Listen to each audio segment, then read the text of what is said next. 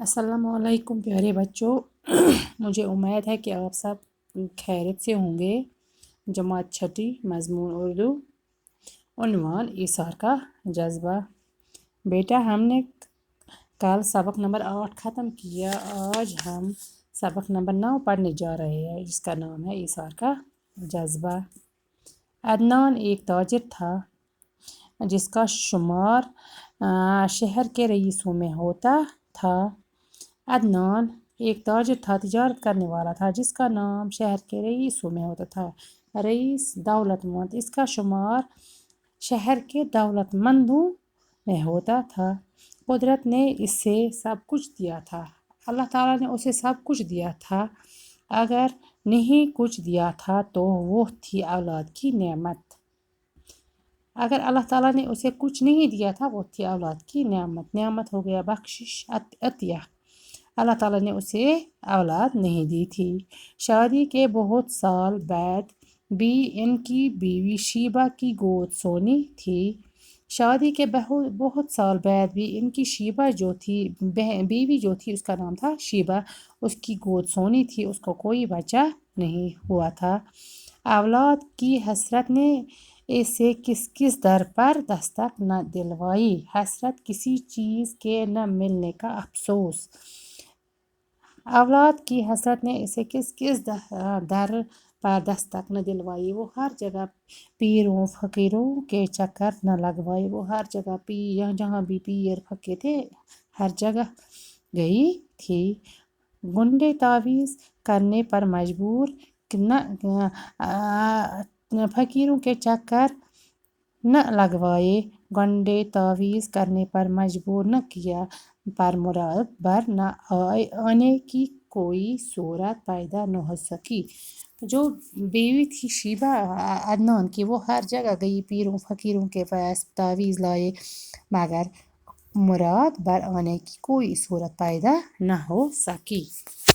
کچھ وقت یوں ہی گزرنے پر دوستوں یاروں کو بھی تشویش ہوئی۔ جب بہت وقت گزر گیا تو اس جو عدنان کے دوست یار جو تھے ان کو بھی تشویش ہوئی۔ کسی نے دوسری شادی کی صلاح دی تو کسی نے بچہ گود لینے کا مشورہ۔ کسی دوست نے دوسری شادی کا مشورہ دیا تو کسی نے بچہ گود لینے کا مشورہ دیا۔ کچھ نے تھوڑا اور انتظار کرنے اور علاج کرانے پر زور دیا۔ عدنان کے بہت سارے دوست تھے۔ آدھے دوستوں نے مشورہ دیا کہ آپ دوسری شادی کرو، آدھے دوستوں نے مشورہ دیا کہ آپ بچہ گود لے لو، کچھ دوستوں نے مشورہ دیا کہ آپ تھوڑا اور انتظار کرو اور علاج کرانے پر بھی زور دیا۔ عدنان تو شاید ایسا ہی کرتا مگر شیبہ انتظار کے حق میں نہ تھی۔ مگر جو اس کی بیوی تھی شیبہ، وہ انتظار کے حق میں نہ تھی۔ اس کا خیال تھا کہ انہیں اگر کچھ کرنا ہے تو فوراً کر لینا چاہیے۔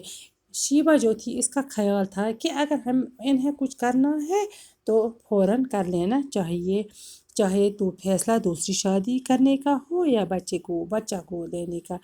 چاہے عدنان کو دوسری شادی کا فیصلہ کرنا ہو، چاہے بچہ گود لینے کا فیصلہ ہو، انہیں فوراً کچھ نہ کچھ کرنا چاہیے۔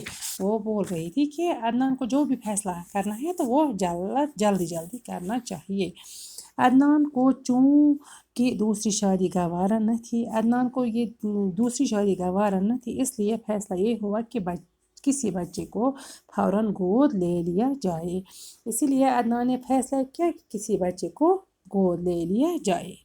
چند روز قبل ہی ان کے محلے میں ایک نوجوان جوڑا جیپ کے حادثے میں جاں بحق ہونے کی وجہ سے اپنے 1 سال کے خوبصورت بچے کو پیچھے چھوڑ گیا۔ کچھ ہی دنوں میں ان کے محلے میں ایک نوجوان جوڑا جیپ کے حادثے میں جاں بحق ہونے کی وجہ سے کچھ ہی دنوں میں ان کے محلے میں ایک حادثہ ہوا۔ اس میں ایک جوڑا، جوان بیوی اور اس کا ہسبینڈ جو تھا دونوں جاں بحق ہوئے کھونے کی وجہ سے اپنے 1 سال کے خوبصورت دونوں میاں بیوی جب دونوں جاں بحق ہوئے تو وہ 1 سال کے بچے خوبصورت بچے کو پیچھے چھوڑ گئے. انہوں نے اسی کو گود لے لیا تو عدنان نے اسی بچے کو گود لے لیا. بچے کا نام زین رکھا گیا. جو یہ بچہ تھا جو گود لے لیا اس کا نام زین رکھا گیا. چند ہی دنوں کے اندر گھر کی فضا بدل گئی. چند ہی دنوں کے ان کے گھر کی فضا بدل گئی. بچہ کیا ملا جیسے آنگن میں بہار اتر آئی. بچہ کیا ملا ان کو جیسے آنگن میں بہار اتر آئی. عدنان اور شیبہ دونوں بچے کی کاریوں میں یوں کھو گئے کہ کچھ مدت تک انہیں اپنے گرد و پیش کی خبر تک نہ رہی. وہ اتنا کھو گئے اس بچے کے ساتھ. وہ بچہ کھیلتا تھا وہ اسی کے ساتھ وہ کھو گئی. کچھ مدت تک انہیں اپنے ارد گرد کی کچھ خبر تک نہ رہی. وہ ان کی آنکھ کا تارا ہی نہیں روح کی ٹھنڈک اور دل کا قرار بھی تھا. وہ بچہ ان کے آنکھوں کی ٹھنڈک ہی نہیں آنکھوں کا تارا ہی نہیں بلکہ دل کا روح کی ٹھنڈک بھی اور دل کا قرار بھی تھا.